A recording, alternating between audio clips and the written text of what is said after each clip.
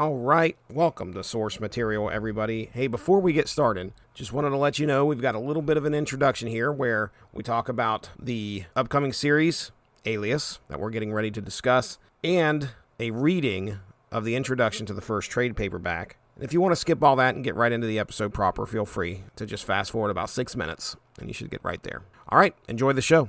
Get ready to dive into the comic book realm where heroes rise and villains take the helm. We're here to dissect the stories and the art. On Source Material, we tear the panels apart. Welcome back to Source Material. Today, we're exploring Alias, a groundbreaking series that reshaped superhero narratives in a way only Marvel's Max imprint could allow. First up, let's meet the creative powerhouses behind Alias. Brian Michael Bendis, a virtuoso of the comic book world, brought us deep character studies and riveting plots from his early indie days to his transformative work at Marvel. His partner in crime, Michael Gaydos, delivers a stark realism with his art that perfectly complements the gritty and raw narrative of Alias. Together, they crafted a series that stands out for its depth and authenticity. Alias came into being as one of the pioneering series under Marvel's Max imprint, designed specifically for mature audiences. This imprint allowed Bendis and Gaydos the freedom to explore darker themes and more complex characters, unencumbered by the conventional limits of mainstream superhero comics. Alias is a testament to what happens when creators are given the liberty to push boundaries and delve into the more adult aspects of storytelling. At the heart of Alias is Jessica Jones, a former superhero named Jewel, who hung up her cape to become a private investigator. Created by Bendis and Gaydos and first appearing in Alias No. 1, on shelves in September 2001, Jessica is not your typical hero. Her battles are more personal, her demons more real. Through her eyes, we explore themes of trauma, identity, and resilience, making her one of the most relatable and human characters in the Marvel Universe. Join us today as we look at Volume 1 of Alias, exploring the first 9 issues of the series. Issues 1 through 5 are a story titled Alias Investigations, and issues 6 through 9 tell a tale titled B-Level. Fuck. I'm sorry. I know that may have startled some of you, or even offended you. I didn't mean to upset you. But it is quite remarkable how a simple word, a 4-letter word, can bring about such a reaction, or, in the case of the book you are holding, a revolution. Seeing that word on the first page and the first line of the first chapter of Alias wasn't the first time I had seen it in a comic book. Certainly, it wasn't the first time I had seen it in print or even heard it. So, what was the big deal? I don't remember seeing it in a Marvel comic book. The same folks who had thrilled me with Spider-Man and the Fantastic Four were taking me on a bold new adventure into something they called the Max line. To put it simply, just as there have been G-rated and PG-rated movies in the United States for years, there are also R-rated films. These are more adult in nature, both in theme and in language. They are intended to reach out to an older audience. Over 17 is the idea. Welcome to Max, the comic book line for over 17-year-olds. Alias heralded the coming of Max and remains, in my opinion, the best of the bunch. That may or may not have something to do with the guy who has made his reputation on being something of a revolutionary himself. Alias's creator and writer, Brian Michael Bendis. If you don't know Bendis, that's what you call him. You will now. Bendis uses words the way they are meant to be in stories like these, as bullets that pierce your imagination and get stuck in your brain until he decides to operate on you with his next installment. In Alias, Jessica Jones is a not-so-hard-boiled detective whose life as a former superhero is both a blessing and a curse. In the opening scene, in a delightful homage to the classic film Chinatown, a husband finds out his wife has a secret through Jessica's detective work. Jessica isn't happy about this type of job, but like many gumshoes, it pays the bills. The scene plays much like you'd expect, but then Bendis throws you a fastball that's just his style. Oh, and you're not supposed to be able to hit Bendis's fastballs. You get hit by them. Don't worry, Bendis goes just as hard on his characters as he will on you. Jessica's world isn't pretty. There are no capes here, no secret headquarters, just the underbelly of the Marvel Universe cut open for all of us to be amazed by. There are twists and double crosses, and just when you think you've got it all figured out, forget it. Bendis is so far ahead of you, The only way to catch up is to turn the page, and even then, good luck. In the 1950s, these types of tales were called film noir. They were tales of bad men and often worse women who started out at the bottom of the well, only to find there was much farther to fall. Bendis has created something here for Marvel we should call comic book noir. His vision is executed by an extraordinary team of artists and editors. They are the filmmakers to his screenplay.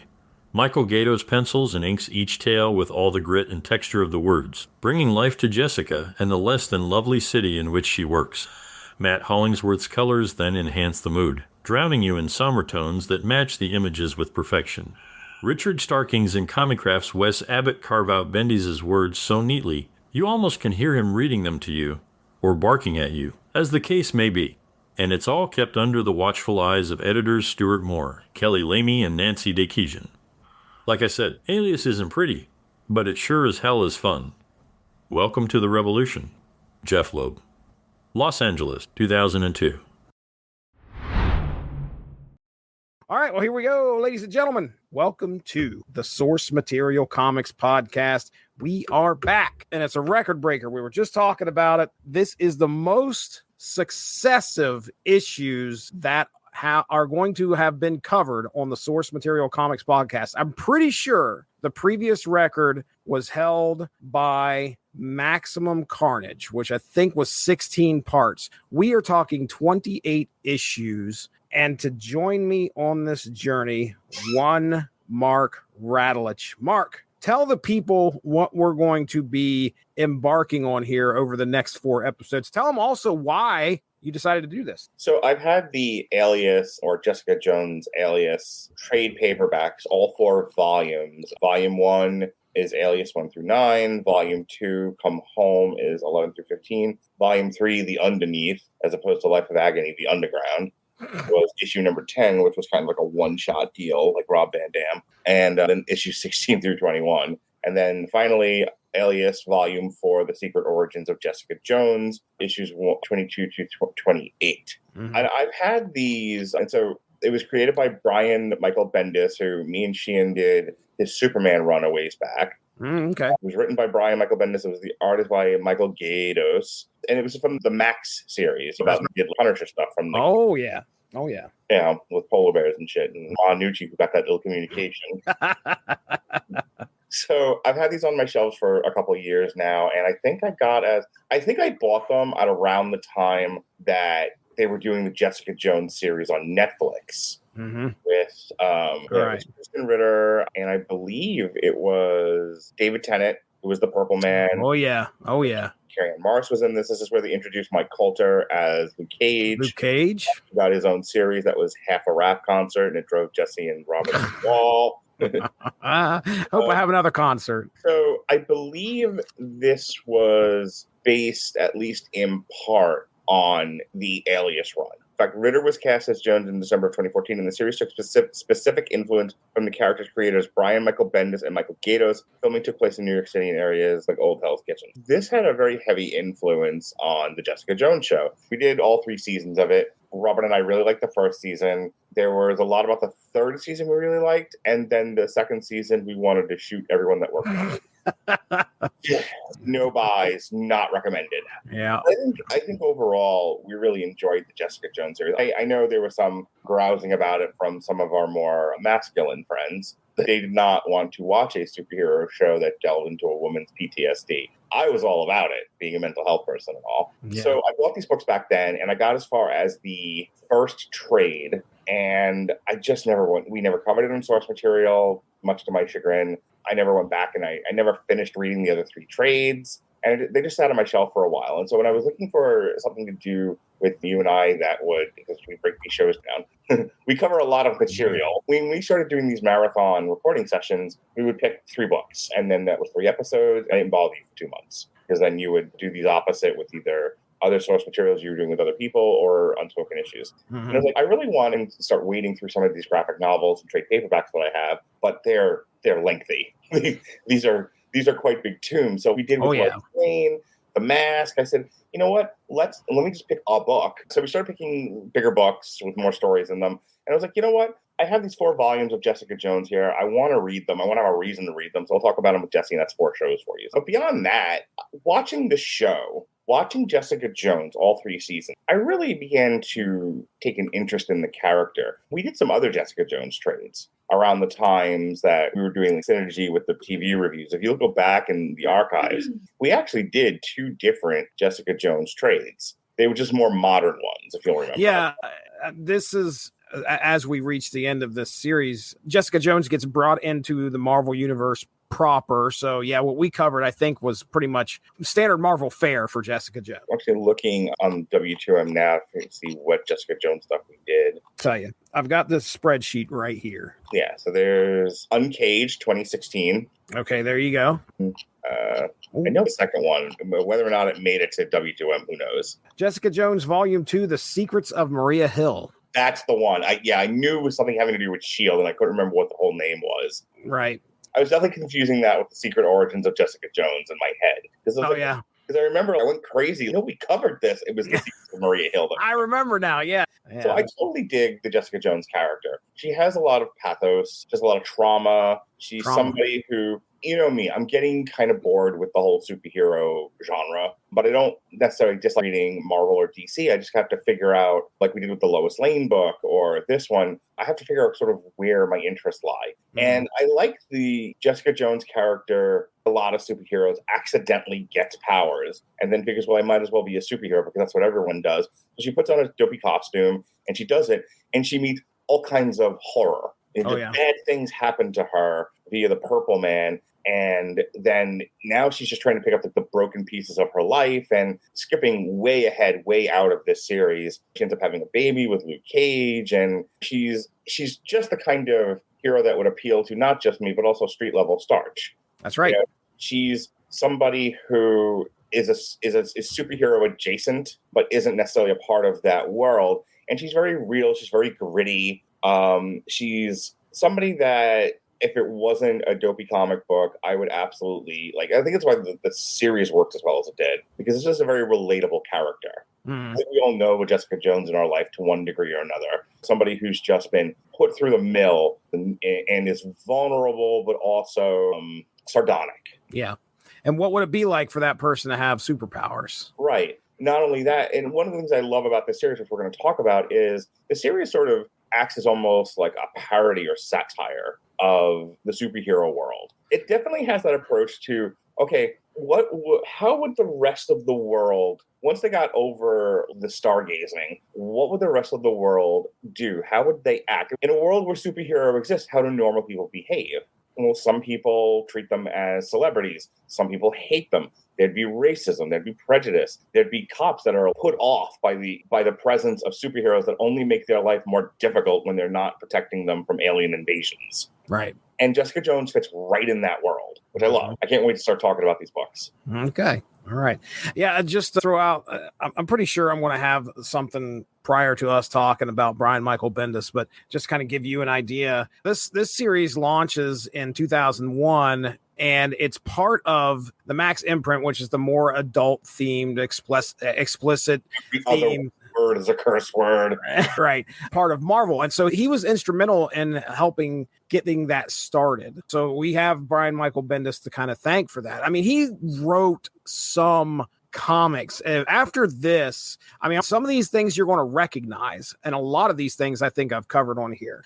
Avengers Disassembled from 2004 to 2005. He wrote that. We covered. Secret War, which was not the Secret Wars that you're thinking of. This was a small espionage kind of deal that dealt with S.H.I.E.L.D. from 2004, 2005. House of M, which I've covered on here in 2005. Secret Invasion from 2008. Siege 2010. Age of Ultron 2013. So that is right off the top of his wiki here. A lot of those books, a lot of those stories are some of the more memorable things that's happened in the Marvel universe. And I remember we had a big episode when he said he was going over to DC.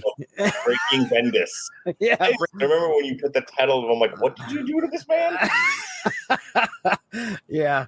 So I knew he was a high caliber writer here, and it's kind of earlier on in his career, especially with Marvel Comics, which is great. Now he's had a little bit of experience writing comics prior to this, but man, can he tell a tale sometimes. And the way that it's told is interesting and fun. He's like the anti-George Lucas. He absolutely writes people so well. He knows how people, based on what I got out of his Alias comic and what I remember of Superman, Man of Steel, he seems to get the cadence and rhythm of the way people talk to each other. Oh, yeah, dialogue. I've heard a lot of people talk about his dialogue and how he handles that. And yeah, that's evident, very evident. And that's Alias in 2001. So, right. All right. Well, if you're ready, man, I'll go ahead and I'll throw out. So our first story is going to be Alias Investigations. All right.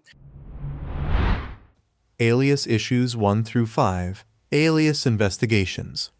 On comic book shelves starting September 6th, 2001. Written by Brian Michael Bendis. Art by Michael Gaydos. Lettered by Richard Starkings, Wes Abbott, and Oscar Gongora.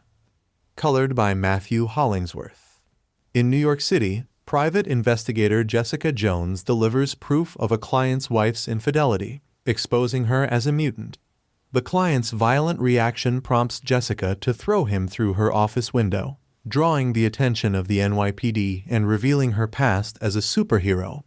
Seeking comfort, she heads to Luke Cage's bar, leading to a passionate night together. The next day, a desperate woman pleads for Jessica's help in finding her missing sister, Miranda Pritchett. Jessica reluctantly takes the case and discovers Miranda's boyfriend secretly transforming into Captain America. As Jessica delves deeper, she uncovers a conspiracy threatening to unravel the superhero community, pulling her back into a dangerous world she thought she had left behind. A seemingly routine missing person case becomes entangled with hidden truths and deception, challenging Jessica to navigate this newfound complexity. After inadvertently capturing footage of Captain America's secret identity, Jessica returns home, confirming her footage and contemplating its use as leverage. She finds her client's phone number disconnected and discovers a crime scene at Miranda's address, leading her to seek help from Luke Cage, who turns her away. Jessica's attempt to contact Steve Rogers at Avengers Mansion is thwarted by their mission deployment. Back at her office, NYPD Detective Paul Hall questions her about Miranda's murder, presenting evidence that she was at the crime scene. Jessica lies about her involvement, but Hall insists she accompany him to the station, further entangling her investigation. At the police station, Jessica endures a grueling wait before Hall resumes questioning, insinuating she might suffer from multiple personality disorder. Her anger is restrained by Matt Murdock's timely arrival, ensuring her release without charges and advising her to rest. Determined to uncover the truth, Jessica enlists Carol Danvers' help, using Avengers resources to track her client's phone number, which leads to LW's Enterprises, connected to Stephen Keaton's presidential campaign. Realizing she's been manipulated into capturing footage to discredit the president, Jessica's situation grows more perilous. In Washington, D.C., she confronts David Lawson about his involvement and, after a brutal fight with Michael Man Mountain Marco, extracts information linking the scheme to Mr. Zalmas, who plans to expose Captain America for political revenge. S.H.I.E.L.D. intervenes, arresting Zalmas and dismantling the conspiracy.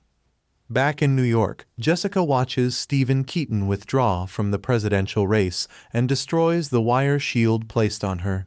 Steve Rogers visits, requesting the tape of his identity, and reassures Jessica of her worth, offering support if she ever needs it. Contemplating his words, Jessica considers returning to superhero life while reconnecting with her friend Carol Danvers. I'm just going to read to you here the big points of the plot, and then we'll talk about some of the key moments here too. So you just step in if you want to stop me on anything. I've got some questions obviously afterwards, but I most likely I'm putting the synopsis in post anyway. But here's the plot, some plot points of Alias Investigation. So we're opening up brand new from issue 1 to issue 5. Jessica Jones, she's a private investigator. She, I think at the beginning of this, she's talking to a man and explains to him that, your wife's a mutant. And then we have there's a big to do after that because he didn't want to hear anything about that. And they end up getting into a scuffle. She throws the guy through the window of her office. The police show up, and obviously they are amazed that she's actually was a superhero at one time, looking at the pictures that were on her wall where she was hanging out with the Avengers. Then we meet Miranda Pritchett, who hires Jessica to find her missing sister. And then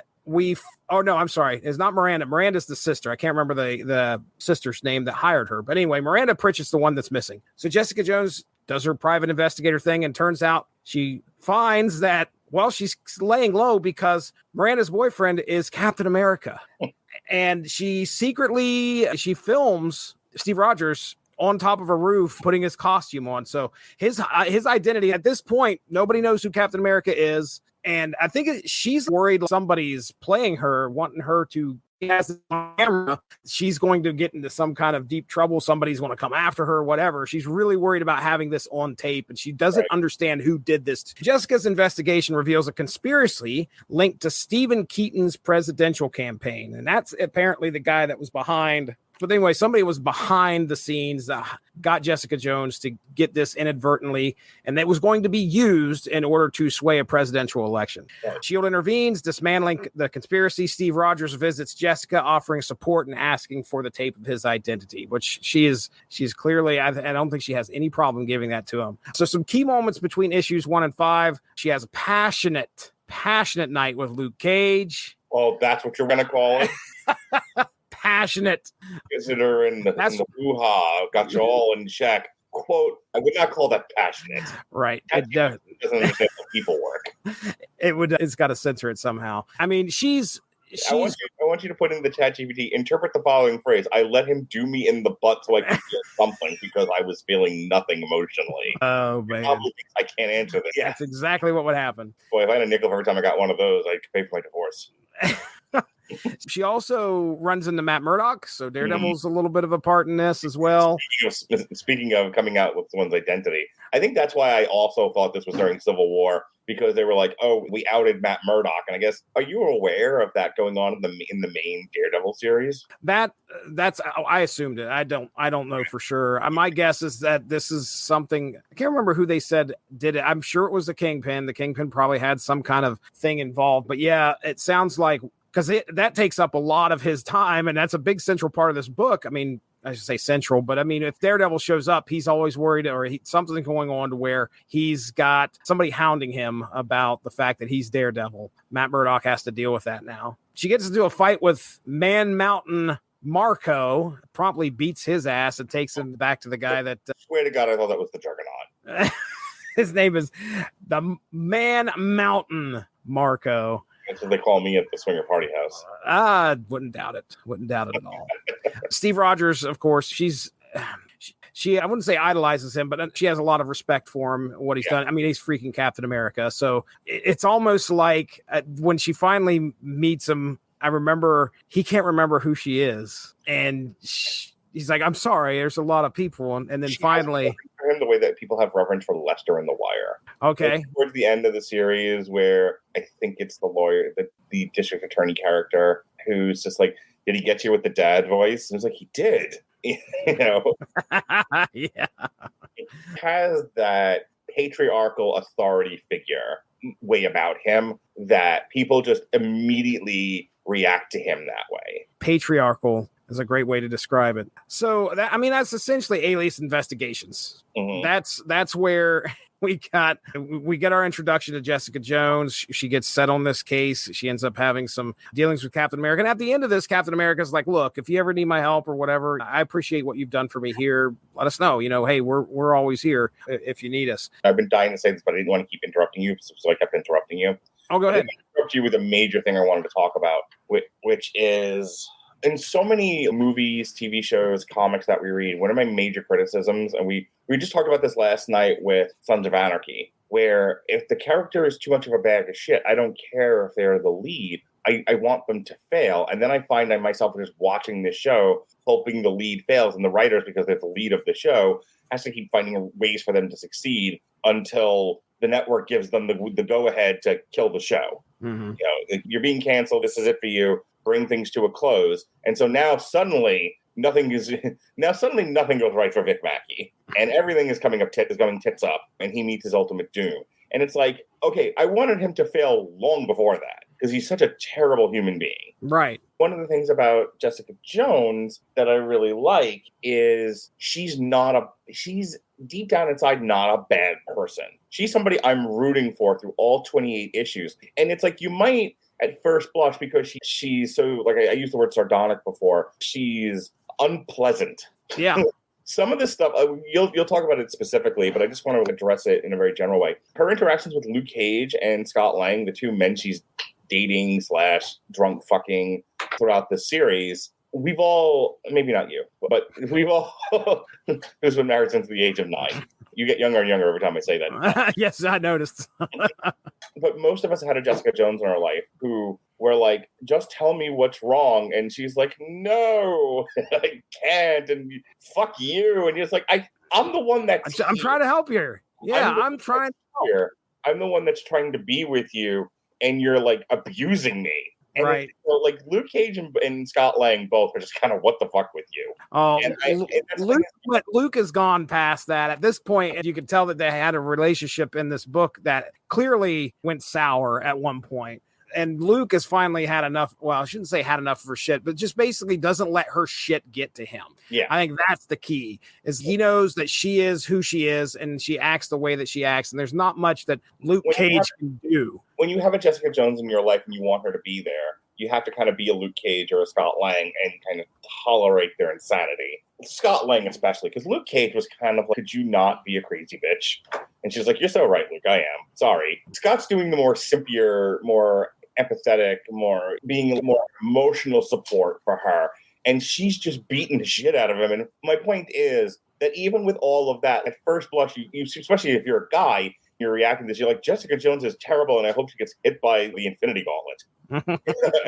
I hope Silence just snaps her. But that's the thing, is that deep down inside, she's a really good person. When she does something, it's usually there's a greater good involved, or there's any kind of good involved. She's a hurt person. She's a traumatized person. She's a broken person. But that's all kind of on top of this core that in and of itself is good. And so I feel when she's berating Scott Lang and like won't talk about what happened with her and the Purple Man, I feel bad for her. I feel bad for Scott too. There's some pretty emotionally wrenching stuff that goes on in this book. And all I was trying to get at is, so that you can continue more linearly, so kind of all over the place, is the thing that kind of holds this book together is at no point can a rational person, a fair-minded person, be rooting against her. Like, right. As bad as she is at times, she's still at heart a good person. Yeah. And she's just struggling. And let me tell you how real that is. That when people have been put through the mill and they've had bad things happen to them, yeah, they act out, they tantrum, they don't handle things in the best emotional way that they can. And the people around them that love them just have to kind of adapt and understand that. And that's what I was getting out of this book, and why I power read through all 4 of these volumes within the last 2 days. And it's hard sometimes for me to get through some of these. It's the opposite of that Swamp Thing book, where by the end of it, I'm just kind of skimming pages. This I was really into. I could have done another, if we weren't pressed for time, I could have done another 2 volumes of these. Yeah, I mean, dude, it's kind of crazy to sit here and think that was more than 2 years worth of comics that you just read. I mean, because that's 24 issues if it's monthly, and it was a total of 28. So it was 2 years and 4 months if it came out monthly, which is crazy to think about how you ingested that in a few hours and wanted more, which is pretty cool. Yeah, most when we do these source materials, by the end of the book, I'm done with this. Please, can we talk about something else now? Right. I want more Jessica Jones. I think what had happened is Marvel knew that, okay, well, we got to get this guy over here telling some of the main stories. So he couldn't continue to tell them. Porn imprint. Let's get you on the page.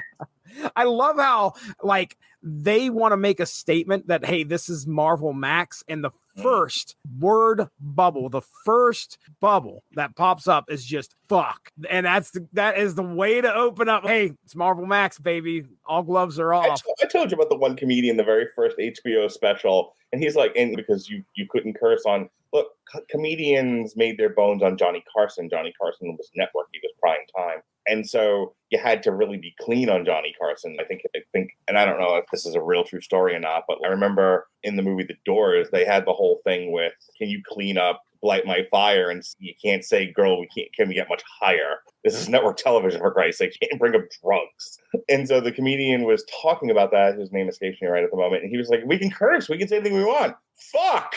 You know? Years later, when I was watching, because I knew about that because there was a documentary on the HBO comedy specials, and they were interviewing him, and he was like, I wish I had been a little more creative. Well, so very similar here. It's just like, hey, right. we don't have a comics code to deal with. We're not selling this to little kids. There's a big sign on the front of this comic that says mature readers only. We are That's right. writing it for the neckbeards. Yes, sir. Okay, well, how are we going to set ourselves apart? What are we going to do? How are we going to set the tone? I don't know. Have a fat guy yell fuck on the first page.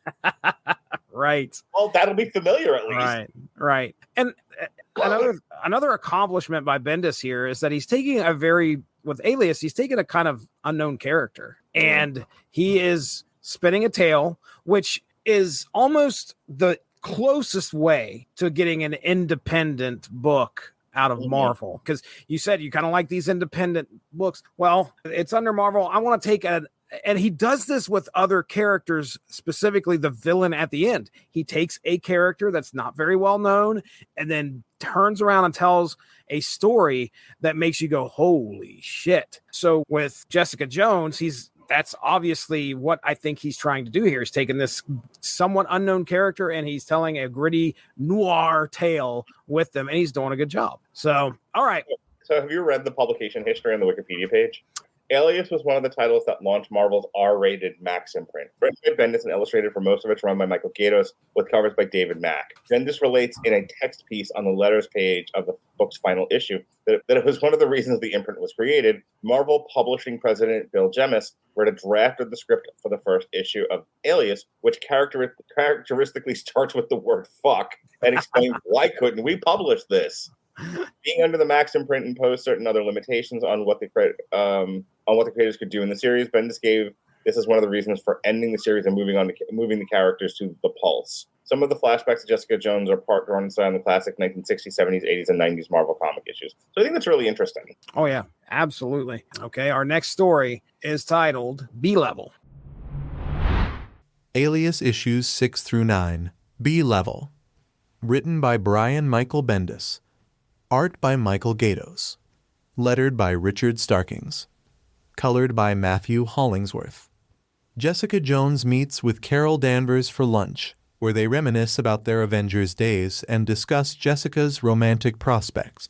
Carol advises against dating Luke Cage, suggesting Scott Lang instead, but their lunch is cut short when Carol gets called away on Avengers business.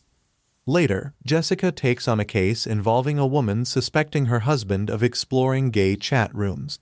While handling the case, a mysterious young man appears in Jessica's office by the name of Malcolm, who is quite a fan. Malcolm asks Jessica if he can work for her, but she quickly dismisses him. Shortly after, a distressed woman named Jane Jones arrives, revealing that her husband, Rick Jones, has been missing for weeks. Jane explains that Rick has been absent for extended periods, but never this long. Despite Jessica's initial doubts about their relation, she agrees to help. Jessica's investigation leads her to a bookstore to learn more about Rick through his memoir, Sidekick. In the park, a girl named Amy identifies Jessica's powers and mentions Rick's reputation as a songwriter performing at a bar called Ultimate. That night, Jessica attends Rick's performance and confronts him, only for Rick to flee, fearing she might be a Kree or Skrull agent. Catching up to him, Jessica convinces Rick that she's there to help on behalf of his wife, Jane. Rick reveals he avoids his wife to keep her safe from dangers linked to his superhero life, labeling her as a bit unstable. After a tense chase, Rick confides in Jessica about the bounty on his head following the Kree-Skrull War and his fallout with Captain America over his memoir. Jessica suggests seeking help from Reed Richards, but when they are denied entry at the Baxter Building, Rick panics and disappears into the New York crowd. Jessica loses Rick in the city, but updates both the Avengers and Jane about his situation. Returning to her office, she finds the mysterious man, Malcolm, again and learns from Jarvis that the real Rick Jones is in Los Angeles. Realizing the man she's been helping is an impersonator, Jessica meets Jane and the fake Rick in the park, where they appear happy together. Instead of confronting him, she leaves. Jessica then arrives at a Starbucks where she has a conversation with a man entering the shop. At the end of their talk, we find out that this is her other client's husband, Dr. Curtis Moss, who was lured there by Jessica, under the assumption he was going to meet someone from the chat room.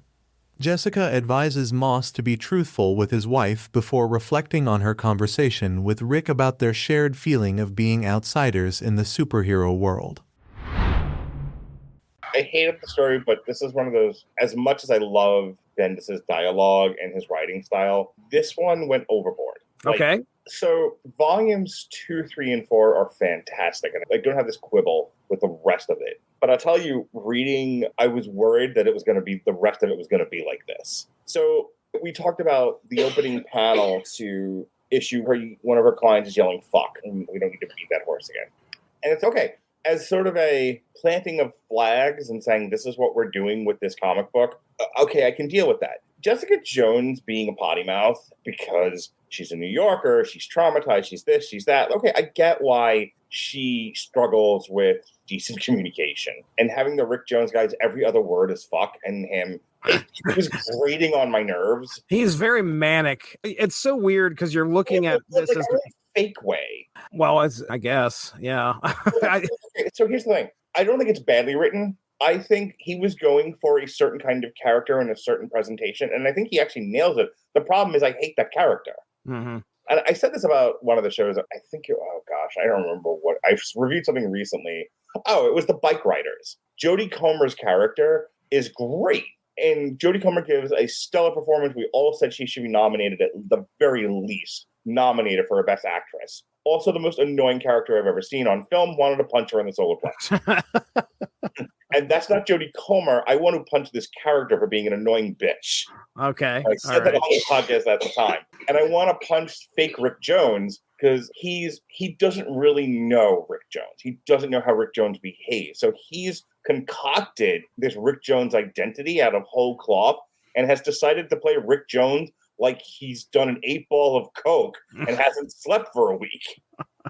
And it was annoying because I've met those kinds of people and I want to punch them in the solar plexus. Yeah, I understand. I struggled with this. I was having to follow this character. And here's the thing, almost every time Jessica Jones gets involved in a case, I'm invested in her finding the person. I want her to solve the case. I feel bad for these people. I want there to be justice. I want these people to be saved. And I wanted him to be run over by the truck from Maximum Overdrive. Which, Green Goblin right on the front. Yeah, you're picking up what I'm putting down. I get it. To me, what I think drove the book for me, or that story, when it come to Rick Jones, is I just knew it was so out of character. I didn't know what the hell was going on with Rick Jones because, I don't know, I'd say 90% of the story, I believed it was Rick Jones. Well, that's the thing. About 50% of it, I'm just like, did Rick Jones do an 8-ball of coke?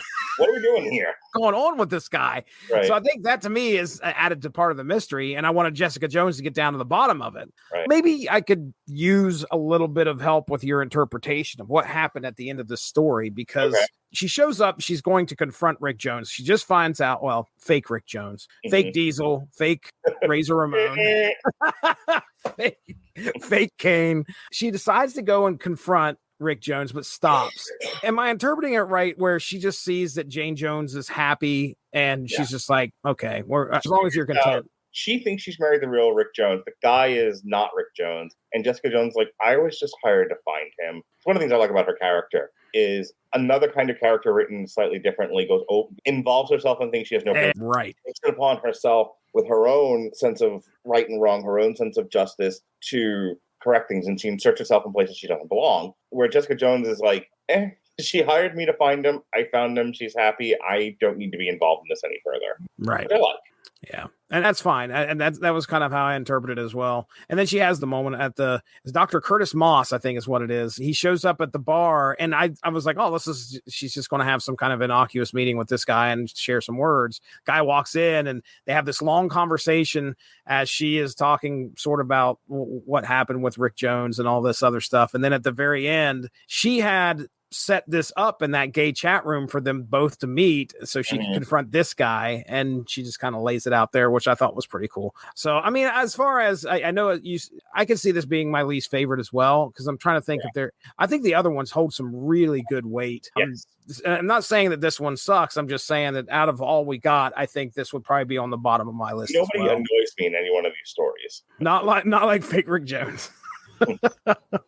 All right, well, let's go ahead and close up shop on this one, unless you have anything else you wanted to say. No, I think had I been reading these as floppies back in 2001, I think I would have stayed with it because of the strength of the character, but the Rick Jones story really tested my patience. Okay. And it ends with issue number 9. Issue number 10 is the bit with J. Jonah Jameson, which we'll talk about next episode. That would have won me over, and I would have stayed to the end. Okay. I'll tell you right now, if I had been reading this back in 2001 and got to issue number 9, and it was like, oh, this Rick Jones story, I'd have been on the fence. I will tell you also, it kind of tested the reader a little bit with the shifts. Do you remember how, as you're turning the page, now all of a sudden you're reading a God. So I have this is my only concrete complaint about reading these books is half of the time it's a single page, read it across in blocks, and other times it's dual page and you have to read across the whole fucking thing. So I had to read the page 2 and 3 times because half the time I'm like, wait, what? At the very end of the book where she's telling Luke that she's pregnant and I didn't realize it was the full 2-page spread. Oh, so you're like, why am I jumping around on conversation here? What the hell? It's kind of a conversation. Yeah. And that was annoying, and the block print in the edges. Oh yeah. The column print in the edges. There was a couple of times like I'm not reading all this. Yeah. I was like that doom sound from TikTok. It was just like that's a lot of words. I'm not reading it. It wasn't quite Kevin Smith, Daredevil, Guardian, where the fuck that name of the book was, where I was like, I shot the book. I was wordy. They do some. So yeah, I mean, just to kind of point this out to anybody that's listening that hasn't read it. In hell, kind of a reader. You know what I mean? Ah, yeah, buddy. I don't blame you. That was one of the things that kind of stood out to me when what would end up happening throughout these books is that, okay, 5 pages you could go by with maybe a few words, and you're just watching the action unveil, and then all of a sudden it's wall of text. Why? Yeah. And they do some interesting things in the book here too with this Rick Jones story, B-level. They actually are taking pictures of, or I shouldn't say pictures, but it's like you're reading the book that Rick Jones wrote, and it's all in prose. Yeah. It's all sitting there, and you're like, oh man. And did that add to the story? I mean, I honestly don't think that it did. I said, fuck this. I'm not like I don't. I care. Fucking read them. I'm not reading the fictional character's fictional biography.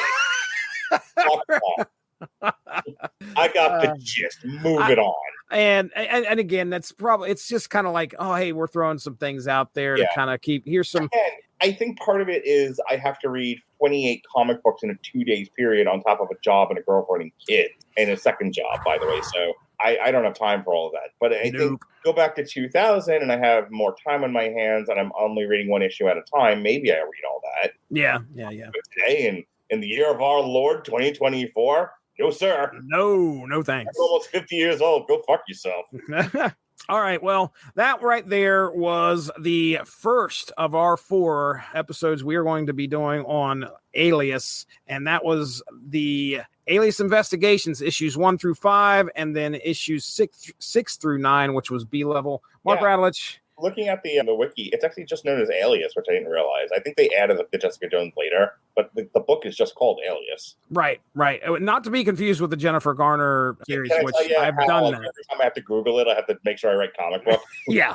And at one point, I thought it was the same, and then I was like, "Wait, there's none of that happening in here. That is not the case." Jennifer Garner is. Nope. Judy, everyone's mom. Just they changed the name and everything. Up the butt drunk. The hard note. Actually, you know what it reminded me of? Last thing I'm going to say, and I promise you can move on to the next episode. All right. Do you remember when Ronnie and I, before Ronnie, I don't know, had an existential crisis and now looks perpetually tired? Back when Ronnie was motivated to do podcasts, do you remember we did Stumptown with the broad who plays Maria Hill? Yeah. Yeah, Jessica Jones kind of reminds me of a darker Stumptown. Okay. Like, that kind of character. And it's one of the reasons why I enjoyed the show as much as I did in the books to one degree or another. It was very much, again, that woman who's been through a lot, doing PI work, keeping up with the men, but isn't a busy businesswoman who don't need no man. Right. All right, man. Go ahead and do some plugs here so we can send them on out. I'm just going to go ahead and if you listen to traditional audio, all of my podcasts are on the Rattledge and Broadcasting Network. If you like to see my beautiful fuzzy face, we're on YouTube, W2M Network. We're on Twitch, W2M Network. But if you ain't got that kind of time, and you ain't got time to bleed or for the pain, and you just want to see short clips of what it is we're talking about, the best 10 to 30 minutes that I can find in any one podcast, it's right there on the screen. Or if you're listening to this, it's at Mark Radulich, MarkRadulich on TikTok. And if you've only got a minute and 30 seconds, and that's all your attention span can handle, check out my Instagram at MarkKind76. All right. Yeah, folks, go check out the @SourceMattCast on Twitter. You should be able to see all the fun stuff that we do here on the Source Material Comics feed. Me and Mark hanging out on Source Material. Me and Evan Bevins discussing Marvel Snap, and of course the 90s centric comic book podcast, Unspoken Issues, where we talk nothing but 90s comics. All right, we're out of here. That's Mark. I'm Jesse. Have a good one. Bye-bye. Thanks for joining us. All of this would not be possible without W2Mnet.com, so make sure to seek them out for more podcasts. If you enjoyed what you heard today, please feel free to share, and we look forward to entertaining you again soon.